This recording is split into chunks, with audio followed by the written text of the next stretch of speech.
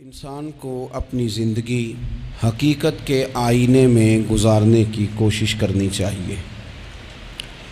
بہت ساری خوش فہمیوں سے، بہت ساری غلط فہمیوں سے اور بہت سارے دعووں سے اپنے آپ کو بچا کے رکھنا چاہیے۔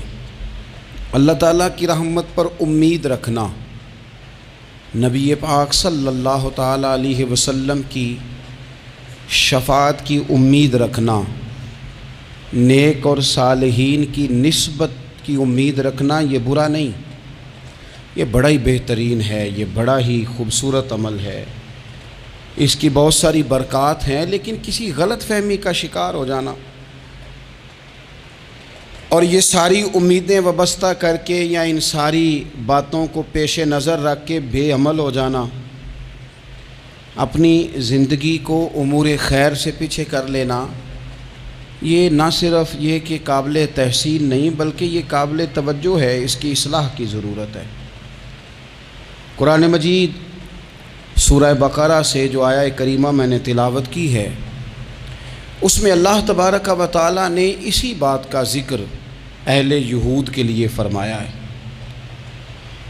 یہودی جگہ جگہ قرآن مجید بتاتا ہے کہ کہیں کہتے تھے کہ ہم اللہ کے بیٹے ہیں، معاذ اللہ، اللہ کے بڑے پیارے ہیں، ہمیں تو تھوڑے دنوں کے لیے عذاب ہوگا، بڑی جلدی ہمیں معاف کر دیا جائے گا۔ وہ بڑی لمبی چوڑی خوش فہمیوں کا اظہار کرتے اور بڑے بڑے دعوے کرتے۔ پھر چلتے چلتے انہوں نے ایک اور دعویٰ کر دیا، کہنے لگے کہ آخرت کا گھر تو صرف ہمارے لیے ہے، جنت میں صرف یہودی جائیں گے اور کوئی نہیں جائے گا۔ اللہ تبارک و تعالیٰ نے ان کے اس دعوے کا ذکر فرمایا ہے۔ یہ دیکھیں دعویٰ کتنا بڑا ہے کہ آخرت کا گھر تو صرف ہمارے لیے، فقط ہمارے لیے۔ مسلمان یہ دعویٰ نہیں کرتے۔ نبی پاک صلی اللہ تعالیٰ علیہ وسلم نے جب اس بات کا اظہار کیا ہے تو اس طرح کیا ہے، فرمایا جنتیوں کی 120 صفیں ہوں گی اور 80 میری امت کی ہوں گی۔ لیکن یہ بھی فرمایا کہ باقی لوگ بھی تو ہوں گے نا، ان کی 40 صفیں ہیں لیکن جنت میں دوسرے پچھلے لوگ بھی موجود ہوں گے۔ یہ دعویٰ نہیں کیا کہ صرف مسلمان جائیں گے، ان سے پہلے جو نبی اور ان کی ایماندار اور نیک امتیں گزری ہیں ان میں سے کوئی جنت میں ہی نہیں جائے گا، یہ نہیں فرمایا۔ لیکن یہ اس طرح کے دعوے بعض لوگ کرتے ہیں اور سنائی دیتے ہیں۔ تو یہودی بھی یہ کہا کرتے تھے کہ جنت تو خالص ہمارے لیے ہے اور کوئی نہیں جائے گا اس میں۔ تو اللہ کریم نے فرمایا کل ان کانت لکم الدار الآخرۃ عند اللہ خالصۃ من دون الناس، اے محبوب علیہ السلام آپ ان سے فرما دیں اہل یہود سے کہ اگر آخرت کا گھر اللہ کے نزدیک باقی سب لوگوں کو چھوڑ کے خالص تمہارے لیے ہی ہے، سب کو چھوڑ کے صرف تمہارے لیے ہے آخرت کا گھر، تو فتمنوا الموت، تو پھر جنت میں تو مر کے جانا ہے نا، لہذا موت کی تمنا تو کرو۔ پھر کہو نا یا اللہ ہمیں موت دے تاکہ وہ جو تو نے ہمارے لیے اتنی بڑی چیز بنائی ہے ہم اس سے استفادہ کر سکیں۔ پھر تم موت کی تمنا کرو ان کنتم صادقین، اگر تم سچے ہو۔ لیکن رب فرماتا ہے وَلَن يَتَمَنَّوْهُ أَبَدًا بِمَا قَدَّمَتْ أَيْدِيهِمْ، یہ کبھی بھی موت کی تمنا نہیں کریں گے، انہیں پتہ ہے جو انہوں نے کمائی کر کے آگے بھیجی ہے۔ یہ موت کی دعوے کریں گے کہ جنت میں صرف ہم ہی جائیں گے، لیکن کبھی بھی موت کی تمنا، یہ کبھی موت کی تمنا نہیں کریں گے، اس لیے کہ انہیں پتہ ہے کہ ہم نے آخرت کے لیے کیا۔ یہ جو بہت سارے لوگ کہتے ہیں نا میری نسبت اور میری بات اور بلے بلے سارا کچھ میں ہی ہوں، تو ان سے کہو پھر سارا پیسہ کوٹھی پہ ہی لگائے جاتے ہو، پھر تو جنت تمہارا انتظار کر رہی ہے، پھر یہاں اتنے خرچے کرنے کی تمہیں کیا مشکل پڑی ہوئی۔ قرآن مجید کہتا ہے یہ کبھی بھی موت کی تمنا نہیں کریں گے، ان کو پتہ ہے جو اعمال انہوں نے کر کے بھیجے ہیں۔ واللہ علیم بالظالمین، اللہ ظالموں کو جانتا ہے، اللہ کو خبر ہے۔ میرے نبی پاک صلی اللہ تعالیٰ علیہ وسلم نے فرمایا اگر یہودی موت کی تمنا کرتے، جب ان سے کہا گیا تھا نا کہ اگر آخرت کا گھر خالص تمہارے لیے ہے تو موت کی تمنا کرو، اگر اس مقام پر وہ موت کی تمنا کرتے تو اسی وقت سارے مر جاتے، ختم ہو جاتا معاملہ۔ اگر تمنا کر لیتے تو تمنا ہی نہیں کریں گے۔ خوش فہمیوں میں مبتلا ہونا، بڑی بڑی باتیں کرنا، بڑے بڑے دعوے کرنا، بڑے بڑے تذکرے کرنا، بڑی بڑی اعلانیہ گفتگو کرنا اور اپنے ہی خیال میں بڑا کچھ بن جانا، یہ سنجیدہ لوگوں کا طریقہ نہیں۔ میں نے کچھ آستانے اپنی آنکھوں سے دیکھے، وہ کہتے ہیں جناب ہمارے حضرت کی نسبت اور حضرت ساتھ بیٹھے مسکرا رہے ہیں، اتنی دیدہ دلیری تو نہیں نہ ہونی چاہیے۔ آپ اپنے سامنے سارا کچھ اپنے آپ کو کہلوا رہے ہیں۔ شیخ ہلکا ہلکا مسکرا رہے ہیں، ان سے پوچھیں تو کہتے ہیں جی میں تو نہیں انہیں کہتا، تو آپ کہتے نہیں تو منع کیوں نہیں کرتے؟ آپ خوش فہمیوں میں، نعت خواں کھڑا ہوا ہے تو اس نے نسبت کی بات شروع کیا تو اللہ جانے وہ کدھر کا کدھر پہنچ گیا ہے۔ میں کہتا ہوں کون انکار کر رہا ہے نسبت کے فیض کا؟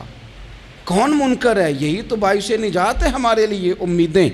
لیکن یہ کہ خوش فہمی میں مبتلا ہو جانا اور اس طرح کے بڑے بڑے دعوے کرنا، اور پھر بہت ساری خوابیں آتی ہیں لوگوں کو اور خوابوں کی بنیادوں پر بڑا کچھ بنتا ہے۔ تو میں کہتا ہوں جناب خواب میں تو میں کہہ دوں آپ سے خواب میں کہ میں رات کا صدر بن گیا ہوں تو آپ کو کوئی اعتراض ہے؟ میں خواب میں بنا ہوں، آپ کو اس میں کیا اختلاف؟ حقیقت کی زندگی میں آئیں۔ حقیقت کی زندگی میں جتنے لوگ نیک ہیں، پرہیزگار ہیں، دعویٰ ہے غلامی کا، دعویٰ ہے نسبت کا، فلانی شے کا، تو پھر بھئی آپ نے اتنا مال کاہے کو جمع کر لیا ہے؟ پھر یہ کاریں، یہ بنگلے، یہ کوٹھیاں، یہ جائیدادیں، یہ جلسوں کی فیسیں، یہ نعتوں کی فیسیں، یہ کس لیے؟ پھر تو آخرت آپ کے لیے سجی ہوئی ہے، سنوری ہوئی ہے، پھر تو آپ اس طرف توجہ کریں۔ حقیقت پسندی کا مزاج جب تک قوموں میں نہیں آتا، قومیں اتنی دیر تک اپنی روحانی، اخلاقی اور کردار کی بلندی نہیں حاصل کر پاتی۔ تو موت کی تمنا، یہاں ایک بات اور سن لیں، شریعت اسلامیہ کے اندر مصیبتوں سے گھبرا کر موت کی تمنا کرنا منع ہے۔ کوئی شخص کسی مشکل میں ہے، بیماری میں ہے، تکلیف میں ہے، دکھ میں ہے، تو موت کی تمنا کرے کہ اس بیماری سے تو مر جاؤں تو اچھا ہے، تو یہ منع ہے اس کے لیے۔ ہمارے ہاں کچھ لوگ لا علمی کی بنیاد پر، چھوٹا سا جھگڑا گھر میں ہوا تو کہتا ہوں میں تو اللہ سے دعا کرتا ہوں میں اب مار ہی جاؤں۔ بھائی آپ اتنی سی بات نہیں سہ سکے اور آپ نے اتنی سی بات پر اتنی بڑی بات کر دی کہ میں اب چلا ہی جاؤں، اور یہ جھگڑوں کے اندر عام لوگ کہہ دیتے ہیں، یہ منع ہے۔ نبی پاک صلی اللہ تعالیٰ علیہ وسلم نے اس سے منع فرمایا، بلکہ مسلم شریف میں فرمایا کہ اگر تم نے کبھی دعا کرنی بھی ہو کسی وقت تو ان لفظوں سے کر سکتے ہو کہ یا اللہ جب تک میرا زندہ رہنا میرے حق میں بہتر ہے، مجھے دنیا میں رکھ، اور جب میرا یہاں سے چلے جانا تیری حکمت کا تقاضا ہے اور میرے حق میں بہتر ہے تو پھر مجھے ایمان کے ساتھ لے جا، پھر تو مجھے لے جا۔ تمنا موت کی کرنا اور مصیبتوں سے گھبرا کر کرنا، اور بھائی مشکلات میں جینا تو حسن ہے۔ اصل میں نا جس کی جان تھی نا اس کے نام نہیں نہ لگائی ہم نے کبھی بچوں کے نام لگا دی، کبھی کاروبار کے نام لگا دی، کبھی دوستوں کے نام لگا دی، پھر وہ بے وفا ہوا تو مرنے کو جی چاہا، وہ بے وفا ہوا تو مرنے کو جی چاہا، اس نے تنگ کیا تو مرنے کو جی چاہا۔ النبی اولیٰ بالمؤمنین من انفسہم، اللہ فرماتے ہیں تم نہیں جان کے مالک، میرا نبی تمہاری جانوں کا مالک ہے۔ جان پاوے نہ جان میرے محبوبہ، میں تے لگیاں توڑ نبھیساں، رات تیرے وچ رول کے مرساں، تے قدم نہ پچھاں ہٹیساں، شہر تیرے دے ٹکڑے منگساں، تے تیرے کتیاں دے قدم چمیساں، آزم اے جان امانت تیری، تو جدوں منگ سیں میں پیش کرے ساں۔ یہ تو کسی اور کی ہے، ہماری ہے نہیں۔ تو بہت سارے لوگ گھبرا کر ہو بڑی تکلیف آ گئی، بھئی آپ جلدی نہ کریں، بالکل جلدی نہ کریں، آپ حوصلہ پیدا کریں، اور جیا تو جاتا ہی مشکل میں ہے۔ اقبال نے کہا تھا کارِ جہاں دراز ہے اب میرا انتظار کر، یہ زندگی لمبی ہے، یہ مشکلات سے ہو کر کے گزرتی ہے، اس میں مد و جزر رہتا ہے۔ تو شریعت اسلامیہ میں منع ہے موت کی تمنا کرنا، موت کی خواہش کرنا، بلکہ نبی پاک صلی اللہ تعالیٰ علیہ وسلم نے تو یہاں تک ارشاد فرمایا کہ تم موت کی تمنا نہ کرو، اس لیے کہ اگر تم برے ہو اور زندہ ہو سکتا ہے زندگی میں اللہ تمہیں توبہ کی توفیق دے دے، اور اگر تم اچھے ہو تو پھر بھی موت کی تمنا نہ کرو، اس لیے کہ اچھے ہو تو تمہاری اچھائی میں روز برکت ہی ہو رہی ہے، لوگوں کو فائدہ ہی ہو رہا ہے، خیر ہی بٹ رہی ہے۔ تمنا موت کی کرنا، اور ویسے بھی نہ ہم اپنی مرضی سے یہاں آئے ہیں اور نہ مرضی سے جانے کی کوشش کرنی چاہیے معاذ اللہ۔ نہ اپنی مرضی آئے ہیں، نہ اپنی مرضی سے کوئی مرنے کی کوشش کرے گا تو خودکشی حرام ہے، اور رب رسول کی مرضی سے مرے گا تو وہ شہادت ہے۔ وہ اس طرح کی شہادت ہے کہ جس میں کہا مردہ کہنا ہی نہیں، یہ تو زندہ ہے، اس لیے کہ میرے نام پہ مر گیا ہے۔ تو موت کی تمنا کرنا یا اس طرح کا رویہ منع ہے۔ البتہ یہ جو یہود کا کام تھا، ان کا جو لہجہ تھا، اللہ فرماتے ہیں یہ تو ہزار سال عمر مانگتے ہیں تو جانا ہی نہیں چاہتے۔ کچھ لوگ لمبی عمر کے حریص ہوتے ہیں، اس کی وجہ یہ ہوتی ہے کہ آخرت کے لیے کام نہیں کیا، آخرت پر اس طرح کا یقین نہیں، اس طرح کا مزاج نہیں، دنیا داری کا مزاج بن گیا، بہت سارا مال جمع کر لیا، بڑے بنگلے بنائے، اتنی مشکل دنیا داری کٹھی کی، اب چھوڑ کے مر جائیں۔ ان لوگوں کا مرنے کو دل ہی نہیں کرتا، کوئی ارادہ ہی نہیں ہے، بالکل نہیں دنیا چھوڑنا چاہتے، محنت سے کٹھی کی ہے، اتنے لاؤ لشکر بنائے ہیں، اب کیسے چھوڑ جائیں۔ کچھ لوگ ایسے ہیں جنہوں نے گٹھڑی باندھ کے رکھی ہوئی ہے، ان کو زیادہ ویٹ نہیں کرنا پڑتا، اس لیے کہ انہوں نے کوئی سامان بوکی نہیں کرایا، تو جو ہے ہینڈ کیری ہے، اس لیے لوگ انتظار کرتے رہیں گے اور جناب بلال حبشی جنت میں پہنچ بھی جائیں گے۔ ابھی میزان عمل لگا ہوگا لیکن حضرت ابو ذر غفاری جنت میں ٹہلتے ہوئے نظر آ رہے ہوں گے۔ لوگوں نے جمع نہیں نہ کیا، جتنا مال زیادہ اتنی چیکنگ بھی اس کی زیادہ، جتنے بیگ زیادہ ایئرپورٹ پہ اتنا انتظار بھی زیادہ۔ ہینڈ کیری والے کو کوئی مسئلہ اسی کسے دے کچھ بھی نہ لگ دے تے نہ کوئی ساڈا دردی، بھئی مال کاہے کا تو حساب کاہے کا۔ مولا علی شیر خدا کرم اللہ تعالی وجہہ الکریم سے کسی نے کہا ہم گنجائشیں تلاش کرتے ہیں نا، اور شریعت کی گنجائش اختیار کرنے میں حرج بھی کوئی نہیں ہوتا، شریعت گنجائش دیتی ہے، مال جائز ہو آپ کو تو آپ اس کو استعمال کریں، بڑا مکان بنائیں، بڑی جائیداد خریدیں، بڑی گاڑی میں سفر کریں، مہنگا موبائل خریدیں، اچھے کپڑے پہنیں، کوئی منع نہیں کرتا۔ لیکن جو حضور کا مزاج ہے، جو سرکار نے اپنے لیے پسند کیا، وہ یہ ہے کہ سویرے روٹی کھانی ہے، شام کو فاقہ کرنا ہے۔ تو حضرت مولا علی شیر خدا کرم اللہ تعالی وجہہ الکریم سے کسی نے کہا کہ چلو جائز پیسے اکٹھے کر لیں، جائز تو جمع کرنا منع نہیں۔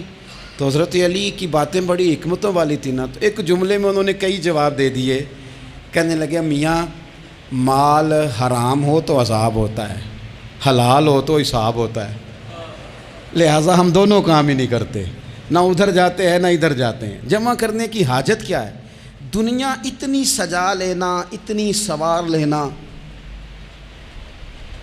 بڑا ٹھنڈا اے سی چلتا ہے ہمارے کمروں میں، کھلی آنکھوں سے لوگ بستر سے اٹھ نہیں پاتے، آنکھیں کھل گئی ہیں، الارم بج گیا ہے، لیکن وہ بہت مزے کی پسند کی روٹی رات کھائی تھی، اپنی مرضی کا کھانا کھایا تھا، پیٹ بھر کے کھایا تھا، مرضی کے مشروبات پیے تھے، ٹھنڈے کمرے میں آرام ہے، کھل گئی ہے آنکھ، موٹے الارم نے آواز دیا اٹھو، لیکن یہ غفلت ہے نا، دنیا جمع کر لی ہے نا ساری۔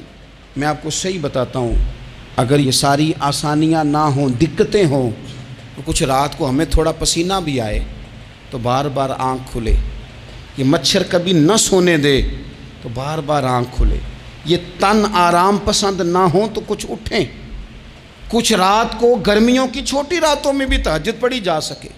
لیکن اقبال کہتے ہیں لہو مجھ کو رلاتی ہے جوانوں کی تن آسانی، یہ تن آسان ہو گئے، مزاج نہیں رہا ہمارا، ہمیں آرام چاہیے، سکون چاہیے۔ آپ یقین کریں کبھی کبھی میں حیران ہوتا ہوں، رونا آتا ہے اپنی اگلی نسل پر، رونا آتا ہے، یعنی بچے مدرسے میں پڑھنے والے، چونکہ وہ اے سی والے گھر سے اٹھ کے آتے ہیں، مدرسے میں پڑھنے والے بچے کہتے ہیں جناب وہ کچھ گرمی زیادہ ہے تو میری کچھ طبیعت برداشت نہیں کرتی، تو میری اماں نے کہا تھا 4 چھٹیاں لے لو کہ موسم ٹھیک ہو جائے گا تو پھر سے تعلیم ہو جائے گی۔ تو غور سے چہرے دیکھتے ہیں تو ہم کہتے ہیں یار اگر کل کو ہمیں جہاد پہ جانا پڑا تو ہم لوگ جائیں گے، ہم میدانوں میں نکلیں گے، ہم وہ لوگ ہیں جو سختیاں برداشت کریں گے، یہ والے لوگ ہیں جو میدان میں جائیں گے جو 1 منٹ کے لیے اتنی دنیا جمع کر لی، مرنے کو جی نہیں چاہ رہا۔ حضرت شاہ فرید الدین عطار رحمۃ اللہ علیہ کہتے ہیں میں بڑا مہنگا کاروبار کرتا تھا، عطر بیچتا تھا، مہنگا کاروبار ہے نا، عرب شریف کے اندر آپ جائیں تو جہاں سونے والی دکان ہوتی ہے اس کے ساتھ خوشبو والی دکان ہوتی ہے، مکہ مکرمہ میں دیکھ لیں، مسجد نبوی میں دیکھ لیں، مہنگا کاروبار ہے یہ، اور اب میرا بزنس تھا، کاروبار تھا۔ تو آپ فرماتے ہیں کہ ایک دن ایک بزرگ آ گئے، انہوں نے ایک شیشی دیکھی، خوشبو سونگی، دوسری، تیسری، چوتھی، اچھے سیل مین آگے بڑھ کے خود کہتے ہیں آپ کو کیا چاہیے. میں نے بھی کہا بابا جی کیا چاہیے مجھے بتائیں, کیا دیکھ رہے ہیں؟ تو بابا جی بڑے دھیمے ٹھنڈے اور حوصلے والے لہجے میں کہنے لگے, پتر دیکھ رہا ہوں تیری جان بڑی مشکل سے نکلے گی. تو میں نے کہا وہ کیوں؟ کہنے لگے اتنی مہنگا تو نے مال جمع کیا ہے, کبھی مرنے لگے گا تو یہ یاد آئے گا, کبھی وہ یاد آئے گا, کبھی سادہ کر لیں اس کو سادہ کر لیں, کبھی اس سوسائٹی والا پلاٹ یاد آئے گا, کبھی ادھر والا یاد آئے گا, کبھی لاہور والا یاد آئے گا. کہاں مرنے کو جی چاہتا ہے.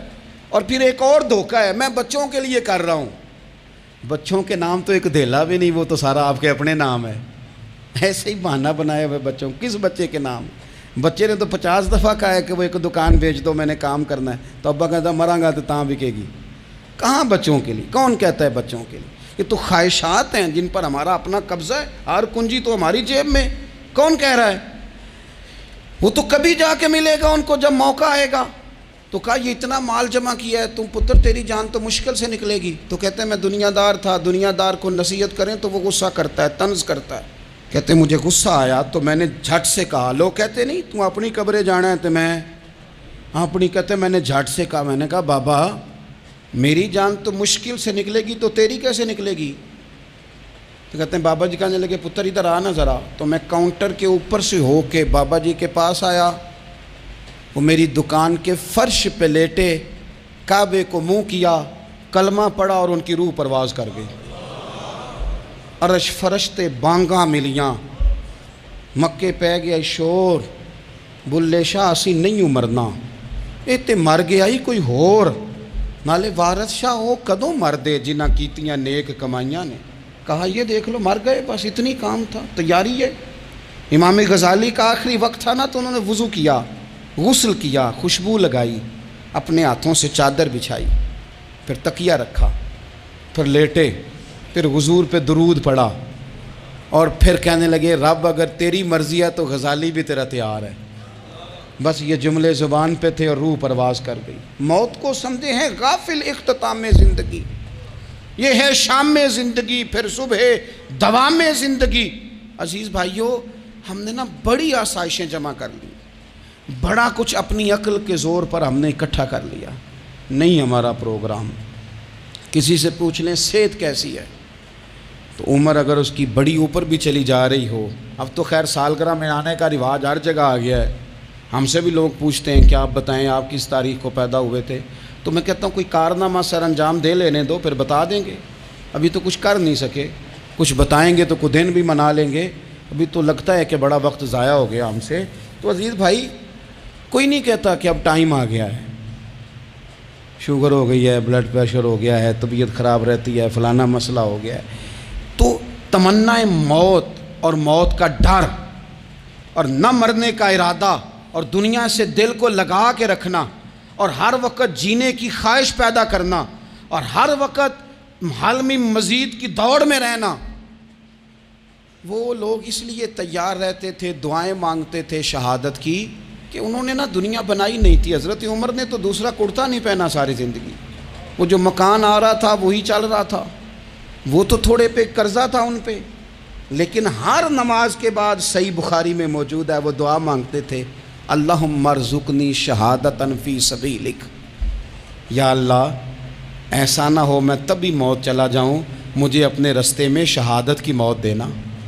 ہر نماز کے بعد دعا مانگی جا رہی, لیکن شہادت والی موت کی نہیں, شہادت والی موت. اللہم ارزقنی شہادتا فی سبیلک.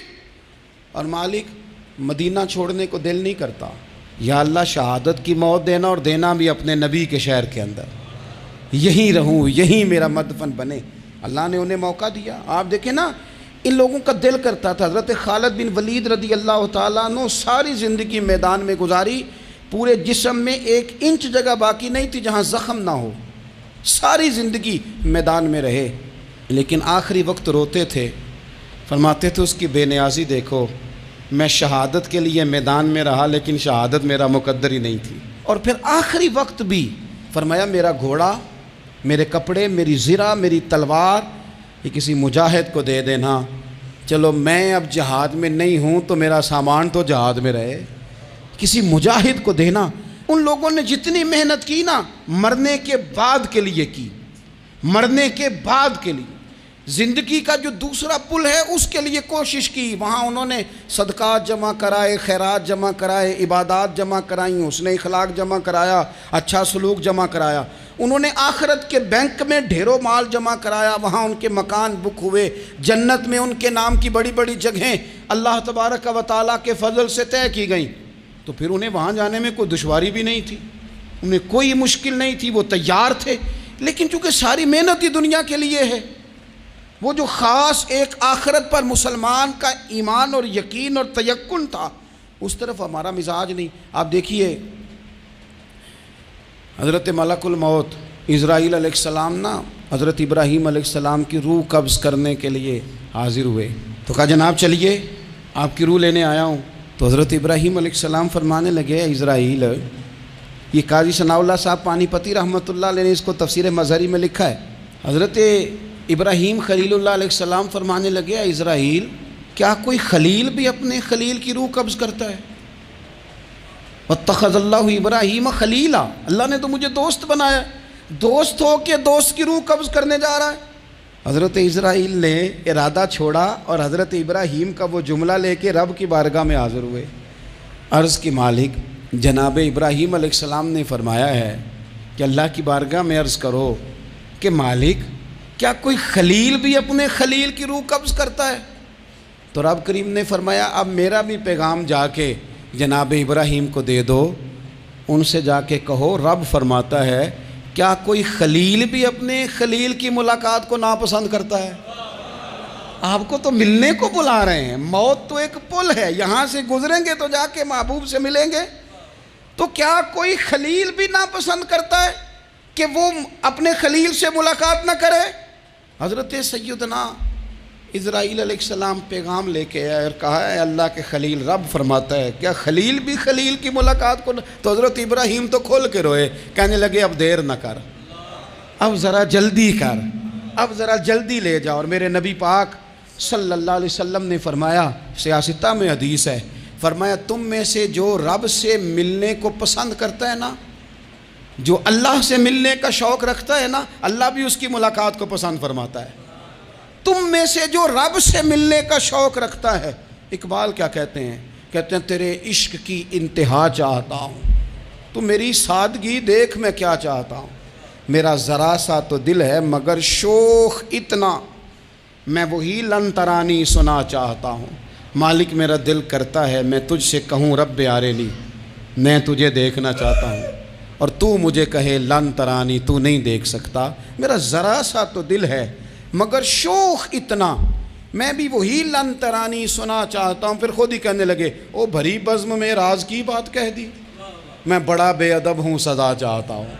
یہ تو سب کو بتانے والی بات ہی نہیں تھی جو میں نے بتا دی، بھری بزم میں راز کی بات کہہ دی، بڑا بے ادب ہوں سزا چاہتا ہوں۔ نبی کریم علیہ السلام نے فرمایا تم میں سے جو رب کی ملاقات کا شوق رکھتا ہے نا، اللہ بھی اس کی ملاقات کو پسند فرماتا ہے۔ اور فرمایا تم میں سے جس کا رب سے ملنے کا شوق نہیں نا، اللہ بھی اس کی ملاقات کو پسند نہیں فرماتا۔ یہ سیاستہ میں حدیث ہے، ایک دفعہ غور کر نہ لیں، فلاں سے ملنے کو بھی جی چاہتا ہے، فلاں علاقہ دیکھنے کو بھی جی چاہتا ہے، فلاں کی ملاقات کو بھی جی چاہتا ہے، کبھی اس کو ملنے کو بھی جی چاہتا ہے جس نے بنایا ہے سارا کچھ، کبھی اس کی صحابہ تو تڑپ کے حضور کی بارگاہ میں آئے تھے نا، وَإِذَا سَأَلَكَ عِبَادِي عَنِّي فَإِنِّي قَرِيبٌ، تڑپ کے کہا تھا یا رسول اللہ صلی اللہ علیہ وسلم سالوں بیت گئے، سجدے کرتے، عبادت کرتے، روزہ رکھتے، حج کرتے، زکوٰۃ دیتے، اب دل کرتا ہے کبھی وہ ملے، کبھی اسے دیکھیں، کبھی اے حقیقت منتظر نظر آ نہ لباس مجاز میں، لاکھوں سجدے تڑپ رہے ہیں میری جبین نیاز میں، دل کرتا ہے ملنے کو۔ تو جب صحابہ نے آ کے حضور کی بارگاہ میں یہ عرض کی نا یا رسول اللہ رب سے ملنے کو جی چاہتا ہے، تو اللہ نے فرمایا وَإِذَا سَأَلَكَ عِبَادِي عَنِّي فَإِنِّي قَرِيبٌ، اے محبوب جب میرے بندے آپ کے پاس آ کے میرے بارے میں سوال کریں تو ان سے فرما دو میں تو ان کے قریب ہی ہوں، جب بھی دعا مانگیں گے میں ان کی دعاؤں کو قبول فرماؤں گا، میں قریب ہوں ان کے۔ اپنے دل کے اندر شوق ہو، اللہ رسول کی طرف بڑھنے کا شوق ہو، مسلمان موت سے نہیں ڈرتا، لیکن صحیح بخاری اور صحیح مسلم میں حدیث ہے، نبی پاک علیہ الصلوۃ والسلام نے فرمایا آج ایک مسلمان 1000 کافر کو آگے لگا لیتا ہے اور کافر بھاگ جاتا ہے، ایک وقت آئے گا ایک کافر ہوگا اور 1000 مسلمان کو بھگا ڈالے گا۔ یا رسول اللہ کیوں؟ ہمارے پاس اسلحہ نہیں ہوگا، ہمیں لڑنے کا سلیقہ نہیں آئے گا؟ تو نبی پاک علیہ السلام نے فرمایا یہ مسئلہ نہیں، تمہیں وہن ہو جائے گا، وہن۔ یا رسول اللہ یہ وہن کیا ہوتا ہے؟ تو حضور نے فرمایا تمہیں نا زندگی سے پیار ہو جائے گا، تمہیں مرنا برا لگے گا، کراہت آئے گی مرنے سے، تم مرنا نہیں چاہو گے۔ تو جب کسی کو زندگی سے پیار ہو جائے تو پھر وہ بھاگتا ہے، پھر وہ ہر بندے کی ہر بات مانتا ہے چونکہ وہ جینا چاہتا ہے۔ اور کچھ لوگ ایسے ہوتے ہیں، وہ جب بدر میں مسلمان پہنچے نا تو جاسوس بھیجا ابو جہل نے، کہا جاؤ پتہ کر کے آؤ لوگ کتنے ہیں اور ان میں جوان کتنے ہیں، بوڑھے کتنے ہیں اور اسلحہ کتنا ہے۔ جاسوسی اس دور میں بڑی آسان تھی، کوئی مخصوص وردی تو فوجیوں کی ہوتی نہیں تھی۔ تو وہ شخص آ گیا، مسلمانوں کو دیکھ کر واپس گیا، تو جا کے اس نے بدر کے دن ابو جہل سے کہا کہ وہ 313 ہیں اور ان میں بچے بھی ہیں، بوڑھے بھی ہیں اور اسلحہ بھی زیادہ نہیں، اور گھوڑے اور اونٹ اور سواریاں بھی تھوڑی ہیں۔ تو ابو جہل بڑا ہنسا اور معاذ اللہ کہنے لگا کیا ان نے ہم سے لڑنا ہے؟ تھوڑے سے تو لوگ آئیں، اس طرح کرو صبح نا انہیں پشتوں پہ باندھ کے نا گھوڑوں کی تو مکے لے چلتے ہیں، وہاں جا کے دیکھیں گے ان کے ساتھ کیا کرنا ہے۔ تو وہ جاسوس کہنے لگا پوری بات تو سن لے۔ اس نے کہا پوری بات کیا ہے؟ کہنے لگا آئے 313 ہیں پر گھر واپس جانے کا کسی کا بھی ارادہ نہیں، وہ کشتیاں جلا کے آئے ہیں، میں رات وہاں گزار کے آیا ہوں، میں نے بوڑھوں کو بھی شہادت مانگتے دیکھا ہے، میں نے بچوں کو بھی شہادت مانگتے دیکھا ہے، میں نے ایک ایک کے سینے میں مر مٹنے کا جذبہ دیکھا ہے۔ وہ جینے کی امنگ لے کے نہیں آئے، ہتھیلی پہ رکھ کے آئے ہیں جان، اور ایک ایک شخص شہید ہو کے جانا چاہتا ہے، اور وہ ایک دوسرے کے پیچھے چھپیں گے نہیں۔ یہ جو موت ہے نا، موت یہ تو ایک پل ہے، اس سے گزریں گے، اللہ رسول کے حضور جائیں گے، جنت کی نعمتیں، خدا کی تیار کی ہوئی رحمتیں مسلمان کا آگے بڑھ کے استقبال کریں گے۔ حضرت عمار بن یاسر رضی اللہ تعالیٰ عنہ کو زخم لگ رہا ہے میدان جہاد میں، اور تیز زخم لگ رہا ہے، سخت تکلیف میں۔ تو ایک شخص نے آ کے پوچھا کیا حال ہے؟ تو آپ فرمانے لگے حال کیا ہونا ہے، تھوڑا سا ٹائم رہ گیا ہے۔ تو بندہ پریشان ہو گیا، اس نے کہا کس بات میں؟ فرمانے لگے تھوڑا سا ٹائم رہ گیا ہے، بس میں نبی پاک سے ملنے والا ہوں اور حضور کے صحابہ سے ملنے والا ہوں۔ حضرت عمار بن یاسر رضی اللہ تعالیٰ عنہ کہنے لگے تھوڑا سا ٹائم رہ گیا، تھوڑا سا مرنا مرنا ہر کوئی آکھے تے میں بھی آکھاں مرنا، تے جس مرنے تھی خوشبو نہ آوے او مرنا کی مرنا، تے جس مرنے وچ سونا راضی اس مرنے تو کی ڈرنا۔ ایک گل رکھنا یاد کہ میرا جس دن ہووے مرنا، سب کچھ کرنا، سب کچھ کر کے میرا منہ روزے ول کرنا، شاید میرا آقا آوے میں دیدار حضور دا کرنا۔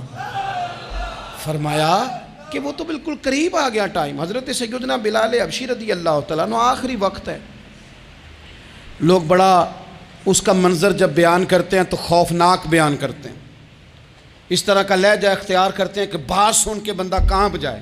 سیدنا بلال حبشی رضی اللہ تعالیٰ عنہ بالکل آخری وقت ہے، جانے کا ٹائم۔ تو حضرت بلال کی اہلیہ قریب بیٹھی ہیں تو کہنے لگی بڑے غم کا موقع آ گیا، غموں کی رات شروع ہو گئی، حالات میرے لیے مشکل آ گئے۔ آپ نے فرمایا کیا ہوا؟ کہنے لگی آپ جا رہے ہیں؟ تو حضرت بلال کہنے لگے یہ غم کا موقع نہیں، یہ تو خوشی کا موقع ہے، میں جاؤں گا تو حضور سے ملوں گا نا، جاؤں گا تو نبی پاک سے ملاقات ہوگی، یہ تو میرا ملاقات کا وقت آیا۔ تو اپنی زندگی کے اندر انسان کچھ اپنی آخرت کے لیے کرے، کچھ زادراہ جمع کرے، کچھ وہ تیاری کرے، کچھ اس کے پاس ایسے اعمال ہوں جس کی بنیاد پر اس کا رب رسول کی بارگاہ میں حاضری کو جی چاہے۔